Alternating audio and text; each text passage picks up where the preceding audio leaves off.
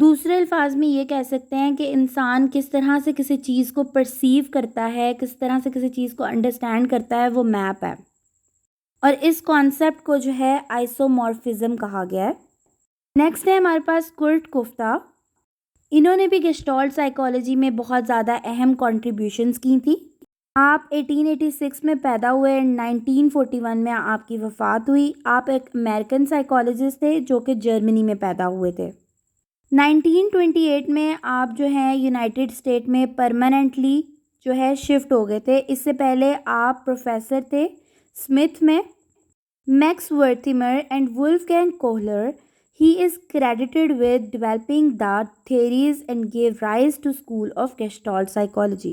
Max Wertheimer and Wolfgang Kohler نے مل کر بہت ساری تھیریز ڈیولپ کیں جنہوں نے گیسٹالٹ سائیکالوجی کا جو اسکول ہے اس کو جو ہے رائز کیا۔ انہوں نے ایک کتاب بھی لکھی جس کا نام تھا گروتھ آف دا مائنڈ، جو کہ 1924 میں لکھی تھی۔ اس کتاب کے اندر بہت سارے ایسے کانسیپٹ تھے جنہوں نے گیسٹالٹ سائیکالوجی کے اندر انٹرسٹ پیدا کیا تھا۔ کرٹ kofta concept of field theory was an important concept of gestalt psychology، یعنی کرٹ کوفتا نے جو ہے وہ فیلڈ تھیوری کا جو ہے ایک کانسیپٹ دیا تھا جو کہ بہت امپورٹنٹ کانسیپٹ ہے گیسٹالٹ سائیکالوجی کا، جس میں انہوں نے جیوگرافیکل فیلڈز اور فیلڈ آف ایکسپیریمنٹ کے درمیان فرق کر کے بتایا تھا۔ جیوگرافیکل فیلڈز ایکچوئل انوائرمنٹ کو کہتے ہیں، اور ایکچوئل فیلڈ ہوتی ہے جو کہ ریئل دنیا کو ریپرزینٹ کر رہی ہوتی ہے، جبکہ فیلڈ آف ایکسپیریمنٹ کیا ہوتا ہے، جو آبزرور ہوتا ہے اس کا مائنڈ سیٹ ہوتا ہے کہ کس طرح سے وہ سوچتا ہے چیزوں کے بارے میں۔ انسان جو ہے وہ اپنے فیلڈ ایکسپیرینس کی بنا پر ریئیکشن پیش کرتا ہے، نہ کہ جیوگرافیکل فیلڈ کی بنا پر۔ ایکسپیرینس اور the disposition of the person ہو ایکسپیرینس دا فیلڈ، یعنی فیلڈ ایکسپیرینس کیا ہے، انسان کا تجربہ ہے یا دوسروں کا تجربہ ہے جو انہوں نے اس کو بتایا ہے کسی چیز کے بارے میں۔ سو بیسکلی جو اس کے مائنڈ میں ایک امیج بنا ہوا ہے کسی چیز کے بارے میں، وہ اس کا فیلڈ ایکسپیرینس ہے، اور جو حقیقت کی دنیا ہے وہ اس کا جیوگرافیکل فیلڈ ہے۔ For example, if a person goes for a walk in a garden and he knows that there have been witnesses of snakes in this garden, he is quite likely to confuse a twig with a snake. This means that the person has actually considered only the field of experience and ignored the geographical field of the reality. یہاں مثال کچھ اس طرح سے دی گئی ہے کہ اگر کوئی شخص جو ہے کسی گارڈن میں جاتا ہے اور اس نے وہاں سنا ہوا ہے کہ اس گارڈن کے اندر سانپ ہوتے ہیں، تو اس کو کوئی تنا بھی جو ہوگا وہ بھی سنیک دکھائی دے گا۔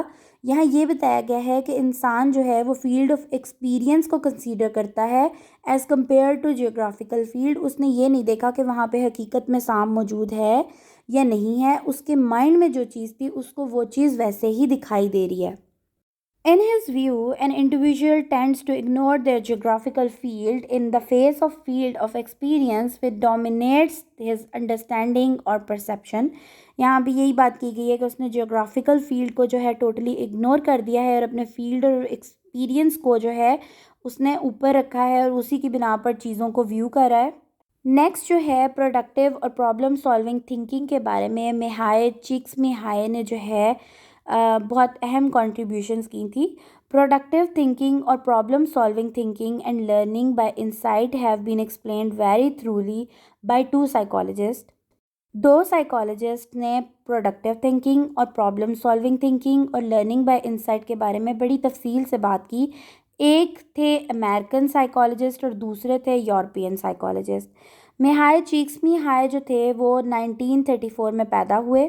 میہائے چیکسمیہائے جو ہے وہ کیلیفورنیا کے اندر جو کلیئرمونٹ گریجویٹ یونیورسٹی ہے وہاں پہ سائیکالوجی کے پروفیسر کے طور پر کام کرتے رہے ہیں۔ اس سے پہلے یونیورسٹی آف چکاگو میں آپ جو ہے ڈپارٹمنٹ آف سائیکالوجی کے ہیڈ رہ چکے ہیں۔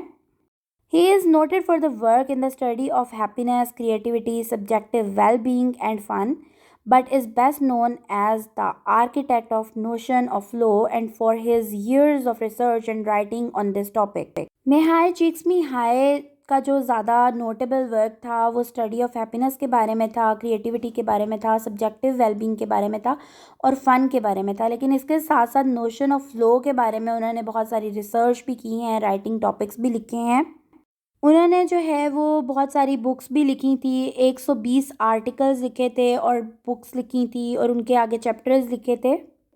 He interviewed and studied over 2000 creative people and discovered some common elements in them. انہوں نے 2000 سے زیادہ کریٹیو لوگوں کے اوپر اسٹڈی کی تھی اور کچھ کامن ایلیمنٹس نکالے تھے، جن میں سے چند جو ہیں وہ smart and new, playful and disciplined, humble and proud, having great physical energy وغیرہ شامل ہیں. APA یعنی امریکن سائیکولوجیکل ایسوسی ایشن کے پرانے ڈائریکٹر مارٹن سیلجمن جو ہیں وہ چکسمی-ہائی کے بارے میں کہتے ہیں کہ وہ دنیا میں لیڈنگ ریسرچر تھے جنہوں نے پازیٹیو سائیکالوجی کے اوپر کام کیا تھا. He is one of the most widely cited psychologists today in variety of fields related to psychology and business. میہائی چیکسمی-ہائی کی جو ریسرچ تھی ان کا ابھی تک حوالہ جو ہے سائیکالوجی اور بزنس کی ریلیٹڈ فیلڈ میں دیا جاتا ہے. نیکسٹ ہیں ایڈورڈ ڈی بونو. آپ یورپین تھے اور آپ جو ہے 19 مئی 1933 کو پیدا ہوئے تھے. ایڈورڈ ڈی بونو جو تھے انہوں نے کیمبرج یونیورسٹی میں کام کیا تھا اور انہوں نے وہاں پہ ایک تھیری بنائی تھی جس کا نام ہے theory of lateral thinking which is akin to creative اور پرابلم سالونگ تھنکنگ، جو کہ کریٹیوٹی اور پرابلم سالونگ کی ایبلٹی کے بارے میں ہے. انہوں نے کچھ ایسی ایکسرسائزز بنائی تھی جس کے اندر لیٹرل تھنکنگ کو انکلوڈ کیا گیا تھا. Some of exercises are question, rotate, discover, dominate, ideas وغیرہ. So Edward de Bono is a psychologist and physician. Edward de Bono جو تھے وہ ایک سائیکالوجسٹ بھی تھے اور فزیشین بھی تھے. ان کی بہت ساری رائٹنگ جو ہے وہ لیٹرل تھنکنگ کے بارے میں ملتی ہیں. سو وہ لیٹرل تھنکنگ کے جو ہے وہ پائنر تھے، یعنی انہوں نے ابتدا کی تھی اس تھنکنگ کے بارے میں. Edward de Bono is also a consultant who had worked with companies such as Coca-Cola. Edward de Bono جو تھے وہ ایز اے کنسلٹنٹ بھی کام کرتے تھے. انہوں نے بہت ساری کمپنیز کے ساتھ کام کیا تھا، جیسے کہ کوکا کولا کی کمپنی کے ساتھ انہوں نے کام کیا تھا. 1979 میں انہوں نے اسکول آف تھنکنگ جو ہے اس کو کنفاؤنڈ کیا تھا اور یہ انہوں نے کام کیا تھا مل کے ڈاکٹر مچل ہیوٹ گلیسن کے ساتھ.